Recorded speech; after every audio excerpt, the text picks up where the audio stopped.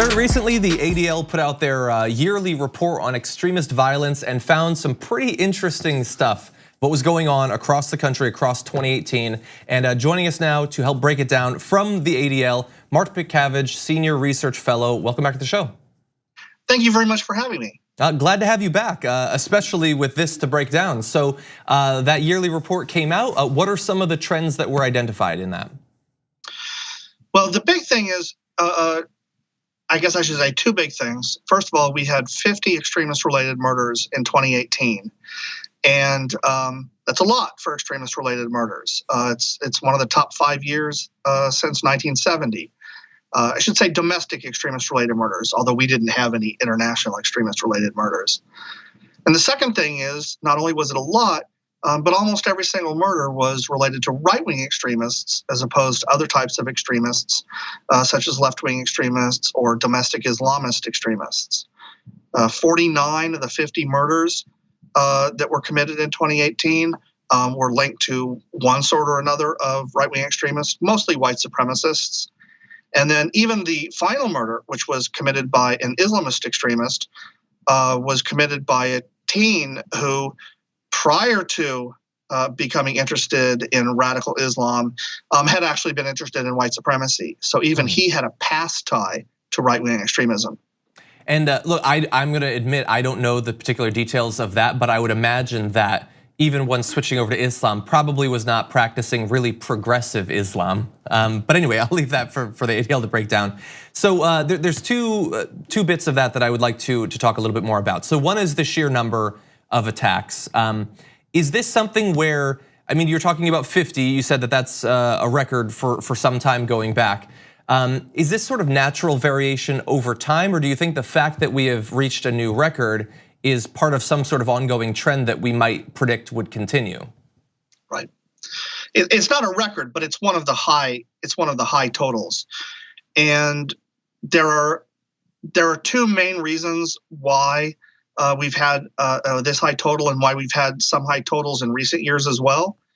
The first is, in the past 5 years, we had the rise of ISIS, which has helped inspire some related violent incidents in the United States, such as the Orlando shooting, San Bernardino, Chattanooga, the bike path killings. And luckily, we were spared that from Islamist extremists this year, but we were not spared by the other factor, which is high numbers tend to be related to shooting sprees. And we did have several big shooting sprees involving extremists in 2008, notably the white supremacist Robert Bauer's attack on the Tree of Life Synagogue in Pittsburgh, Pennsylvania this past fall, which killed 11 people. And then earlier in the year, Nicholas Cruz's shooting spree in Parkland High School. And Nicholas Cruz was a budding white supremacist. Now, there's quite a bit of evidence for that now, although we don't think that his attack was necessarily related to his white supremacy. Okay, interesting. So there's one section that I just want to drill down on just a little bit, because the headline version of this report in the first few days was that all or virtually all of these attacks were conducted by right-wingers. That to me is not a shocking result, but I do know that there has been this talking point out there going back to even before the election that the left wing is getting out of control, they're a mob. Are there years in the past few decades where a lot of the violence was being conducted by people who identified politically as left-wingers, or has it always been sort of out of balance? Well, in modern times, it's almost always been out of balance. From about 1965 to about 1985, most of the extremist-related murders that I've been able to document were related to left-wing extremists. But from the mid-1980s onward, right-wing extremist violence began to be more and more prominent. And basically, every year since then, the majority of extremist-related killings have been by right-wing extremists, with the exception of 2016, because 49 people were killed in the Orlando Pulse nightclub shooting alone. I will say, for the past couple of years, there has been an increase in left-wing extremist deadly violence, such as the attacks against police officers in Dallas and Baton Rouge where black nationalists killed 8 police officers in 2 incidents. We didn't see anything like that this year, though, which is good, and hopefully going forward, we won't. Left-wing violence in recent decades has not tended to target people. Most of what we've seen from groups like Earth Liberation Front and Animal Liberation Front have actually targeted property rather than people, and sometimes they've caused extensive damage with fire bombings and arsons, but not murders. So right-wing extremists have basically been more killy than left-wing extremists in the United States. I assume that is the technical term for this.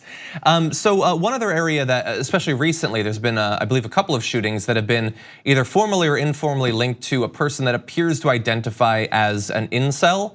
And so for the purposes of the ADL, when they're classifying these different sorts of attacks, where do the incels come out in that? Or is that not a factor that you're particularly interested in, or that factors into this analysis? Well, it is something that we're interested in. And we just, starting with this report, created a new category for the report where we will explicitly track incidents of deadly incel violence. The first recorded one that the US experienced was in 2014 with Elliot Rogers' shooting spree in California. And then more recently, there was a deadly incident in Canada. And then in the United States this past year, we had an incident at a yoga shop in Florida where someone did a shooting spree and ended up killing 2 people and injuring several more.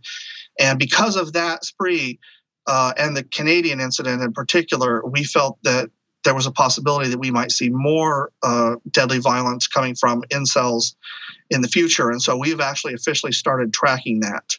And hopefully there won't be any more in the future, but so far it doesn't seem like this subculture is going away anytime soon. Yeah. Unfortunately, that's the case. So Mark Pikavage, thank you for joining us. I look forward to the day when we have none of this sort of violence, and there's no need for us to break it down. But until we reach that point, we do appreciate your expertise. Thank you so much for having me on. Thank you. Thank you very much for watching this clip from the Damage Report. If you liked it, don't forget to subscribe to this channel and ring the bell on YouTube to get notifications of our new videos. And of course, you can catch the full Damage Report live every weekday at 1 p.m. Eastern, 10 a.m. Pacific on TYT Network on YouTube TV.